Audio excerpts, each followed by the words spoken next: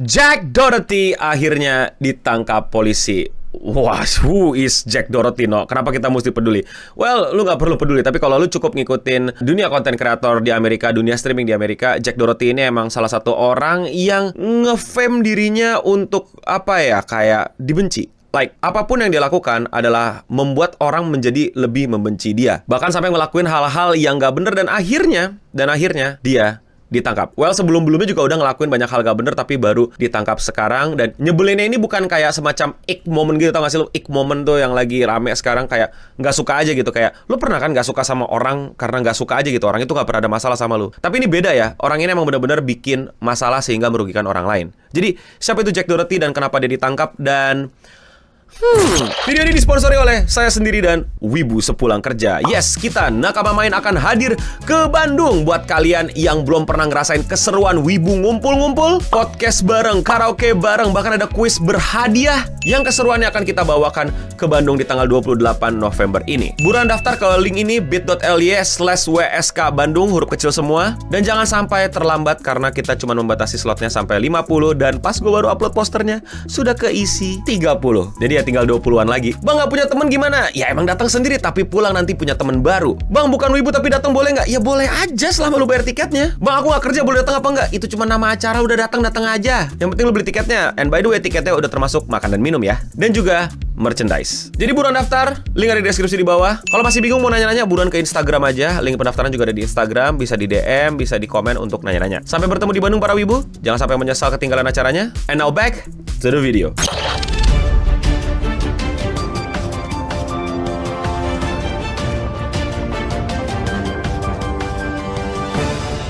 Jack Doherty arrested in Miami Beach. Jadi Jack Doherty baru aja ditangkap di pantai Miami. According to a Miami Beach police officer, detained Doherty outside a smoke shop and booked him into Turner Guilford Night of Correctional Center shortly before 9 a.m. local time. Police say the streamer walked into the middle of Washington Ave to film content, blocking traffic, creating what they describe as a dangerous situation for both driver and himself. Despite reportedly being instructed multiple times to clear the road, Doherty refused the officer order, responding, "Once I'm done with this bad." Jadi Jack Doherty ini ditangkap karena dia pada saat itu lagi di Miami, itu ya ngonten atau mungkin in real live stream, tapi bikin kekacauan, bikin chaos, bikin rame, bikin macet, bahkan sampai dihalat sebagai situasi yang dangerous situation for both drivers and himself, berarti membahayakan dirinya dan para pengendara di sana. Ya macet, rame, ya siapa yang suka macet dan rame, yang harusnya nggak macet dan rame. Jadi orang-orang pada sebel, pada nggak suka, pada merasa apa ya risih dan merasa dirugikan lah. Ngapain tiba-tiba macet buat konten dia? Emang konten dia kepentingan banyak orang. Maka dari itu banyak yang menghubungi polisi dan akhirnya polisi datang dan polisi sudah memperingatkan untuk lu mending minggir, bikin jalan seperti semula,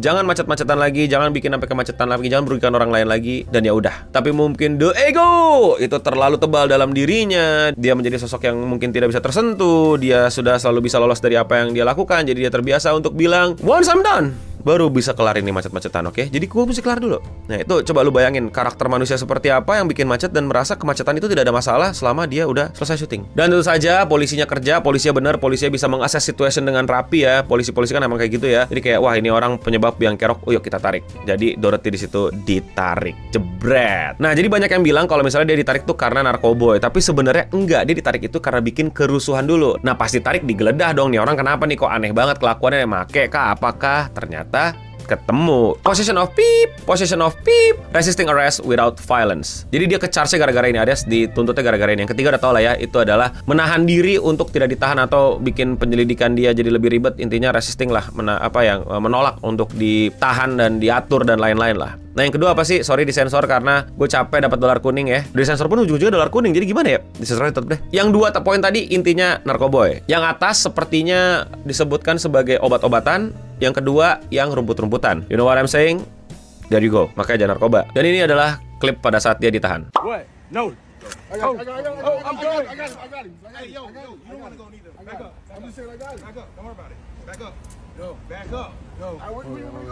Nah, kalau lu cukup ngikutin konten kreator luar, streamer luar, pasti timeline lu bakal keramaian dengan orang bilang kayak tenggat dan lain-lain, kayak oke, atau bilang malah sampai seneng, sampai kayak akhirnya ditangkap dan lain-lain. Karena emang senyebelin itu dia tuh nyebelinnya tuh bukan yang kayak apa ya, punya different opinion, unpopular opinion, atau apa ya, bercanda-bercandaan rasis dan lain-lain. Enggak, dia lebih dari sekedar itu. Makanya nyebelin banget sampai banyak orang tuh seneng dia di penjara. Yang paling terkenal adalah dia ini adalah anak culun banget, culun parah. Ngerti gak sih lu, kayak bocah culun, tapi abang-abangannya gede gitu, jadi banyak dibelain dia. Kalau di sekolahan tuh kan ada abang beneran gitu, abang sedarah gitu yang bakal belain dia kalau dia norak dan lain-lain gitu. Atau ini anak siapa sih, anak ya lu tau lah maksud gue, anak siapa gitu, jadi tingkahnya belagu. Nah ini orang, itu beda. Dia sewa bodyguard biar dia bisa bertingkah selengean sama orang. Pas orang yang mau bales, bodyguardnya ngadepin. Anjir, culun banget gak sih lu?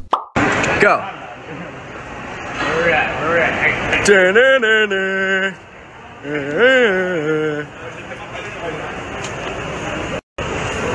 What? Little bro, what you gonna do? What you gonna do, bro? Yeah. Yeah. Tapi gue sih pengen banget ya punya bodyguard ya, tapi bukan buat bertingkah selengean gitu, buat beneran ngelindungin gue. Terus di beberapa occasion dia melakukan banyak hal yang sama, intinya bikin rusuh, tapi berlindung di balik bodyguardnya. Bahkan pernah ganggu orang, ganggu keluarga, ganggu orang lagi piknik.